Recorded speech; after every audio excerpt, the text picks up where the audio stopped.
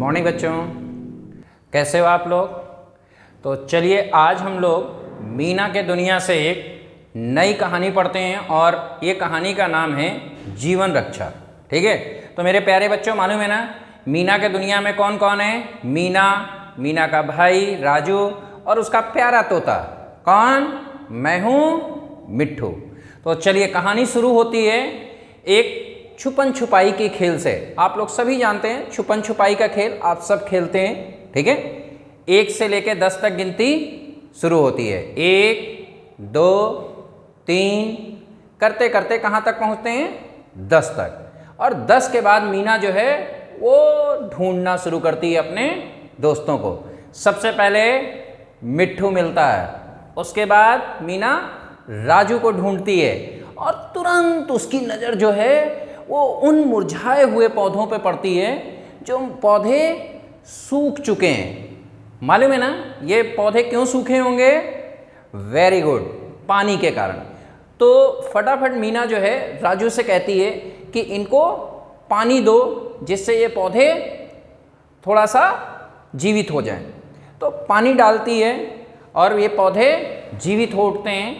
ऐसे में तुरंत मीना की बड़ी बुआ जी आती हैं और वो बड़ी ही सख्त स्वभाव की होती हैं। सबसे पहले तो मीना को विरोध करती हैं वो कि तुम इन बच्चों के साथ क्यों खेल रही हो, तुम हंस रही थी, तुम हमको देख के हंस रही थी, इस तरीके की बातें करती हैं। और पूरी कहानी अब चलती है मीना के घर में, और जहाँ पर कौन कौन है, मीना की माँ, मीना के पिताजी और जो मीना की बड़ी बुआ आ चुकी हैं। ठीक है, और मीना की बड़ी जो बुआ जी हैं वो मीना की छोटी बहन, नाम याद है ना आपको, रानी, वेरी गुड। तो रानी की जो बात करती हैं तो वो कहती हैं अरे रानी तो अब बहुत बड़ी हो गई और ये बुआ को पता भी नहीं होता है, बुआ इस चीज़ पे दुख भी जाहिर करती है कि अरे फिर से तुम्हारी दूसरी बच्ची। तो मेरे प्यारे बच्चों ये थोड़ा सा ध्यान रखिएगा, यहाँ पर फिर से एक मानसिकता को दर्शाया गया है इस कहानी के माध्यम से कि दूसरी बच्ची जो होती है यानी कि मीना तो है ही है और मीना की एक बहन रानी, इसके होने पर बुआ जो हैं वो थोड़ा निराश होती हैं। ठीक है, तो थोड़ा ध्यान रखिएगा यहाँ पर कहानी कैसे बदलती है और फिर क्या होता है, थोड़ा इस पे गौर करिएगा, देखते हैं। ठीक है, और ऐसे में बुआ जो हैं वो मीना की माँ से मीना की शिकायत करती हैं कि ये बच्चों के बीच में खेल रही थी और ये वहाँ पर हमको देख के हंसने लगी। तो ऐसे में मीना की माँ और पिताजी भी आ जाते हैं। पिताजी का ये कहना है कि मीना तो अब स्कूल भी जाने लगी, मीना बहुत कुछ सीखती है। तो बुआ थोड़ी नाराज़गी जताती हैं कि अरे लड़कियों को स्कूल, ये तो मैंने कभी नहीं सुना था, लड़कियों को स्कूल नहीं भेजना चाहिए, उनको घर का काम काज सिखाना चाहिए।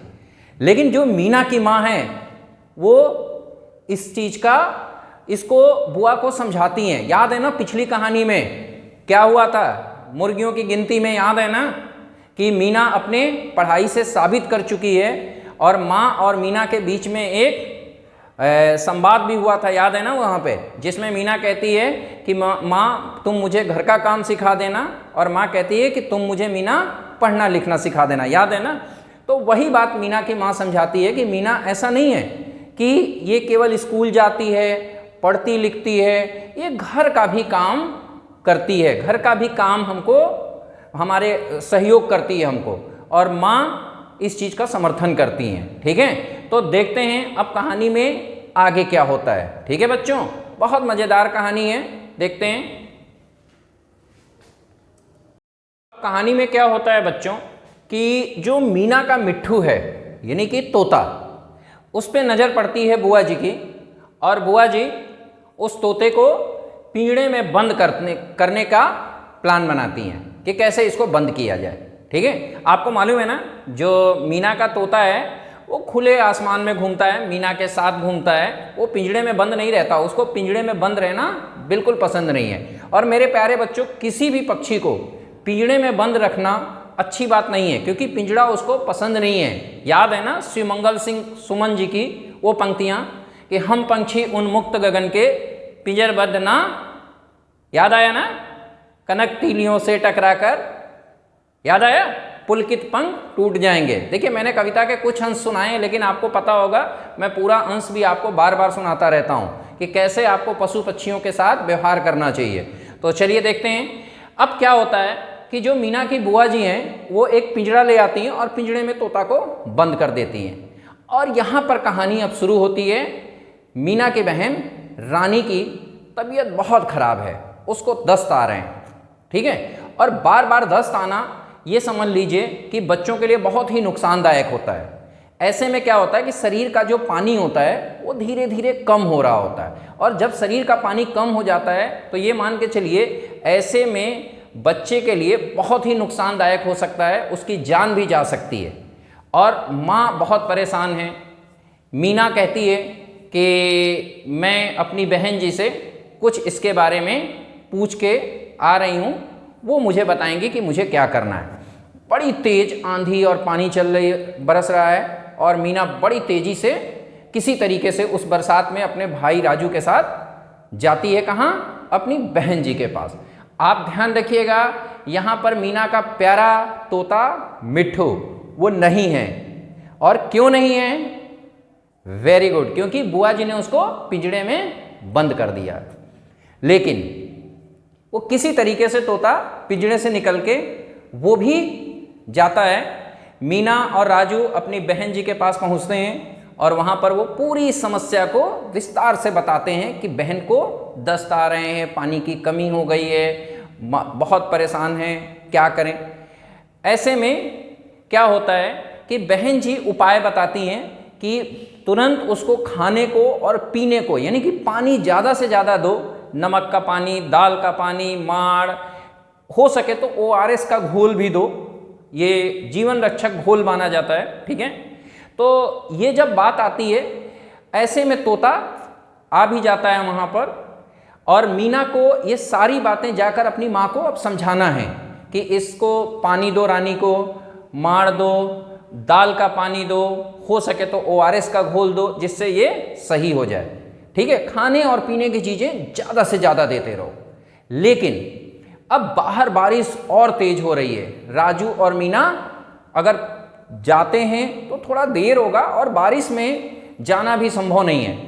तो मीना तुरंत अपने तोते को, अब देखिए तोता आ चुका है पिंजड़े में किसी तरीके से छुड़ा के, और कैसे ये तोता सहयोग करता है, याद है ना, मैं हूँ मिट्ठू, कई बार हर बार मीना का सहयोग करता है। तो यहाँ पर मीना कहती है कि तोते से कि तुम जल्दी से चले जाओगे मिट्ठू, इसलिए जल्दी से जाके और माँ को बता दो कि क्या क्या करना है, यानी कि खाने को और पीने को खूब दो, ठीक है।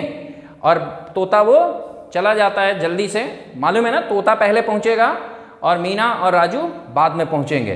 तो तोता वहां जाकर मीना के माँ को बार बार कहता है खाने को दो, पीने को दो, खूब ज़्यादा पीने को दो।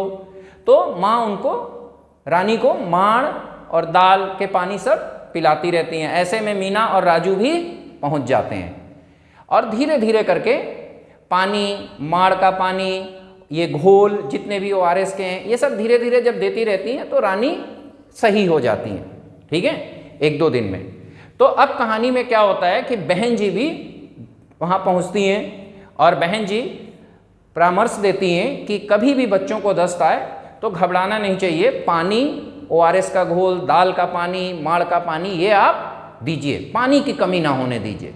और 2-3 दिन में अगर समस्या हल ना हो तो उसको स्वास्थ्य केंद्र ले जाएं, यानी कि प्राथमिक स्वास्थ्य केंद्र आप घर पे ही बना सकते हैं। जो भी प्राथमिक चीज़ें हैं वो आप उसको दीजिए, और समय रहते उसको आप स्वास्थ्य केंद्र लेके जाइए, ठीक है। इससे बच्चे की जान भी बच गई, और मीना की बहन जी वहीं पर तारीफ करती है कि मीना तुम्हारे इस प्रयास से ही रानी की जान बच गई, ठीक है। तो यहाँ पर फिर वही बात निकल के आती है कि मीना के साथ, मीना का वो प्यारा तोता जो इस जीवन रक्षा में, रानी की जीवन रक्षा में सहयोग करता है, ठीक है। कैसे सहयोग करता है? मेरे साथ सारे बच्चे बोलेंगे, खूब खाने को दो, खूब पीने को दो, ठीक है। तो मेरे प्यारे बच्चों, आज के लिए हमारी कहानी बस यहीं पर समाप्त होती है, और अगली कहानी पे हम लोग फिर मिलेंगे। ठीक है, तो आज के लिए धन्यवाद प्यारे बच्चों।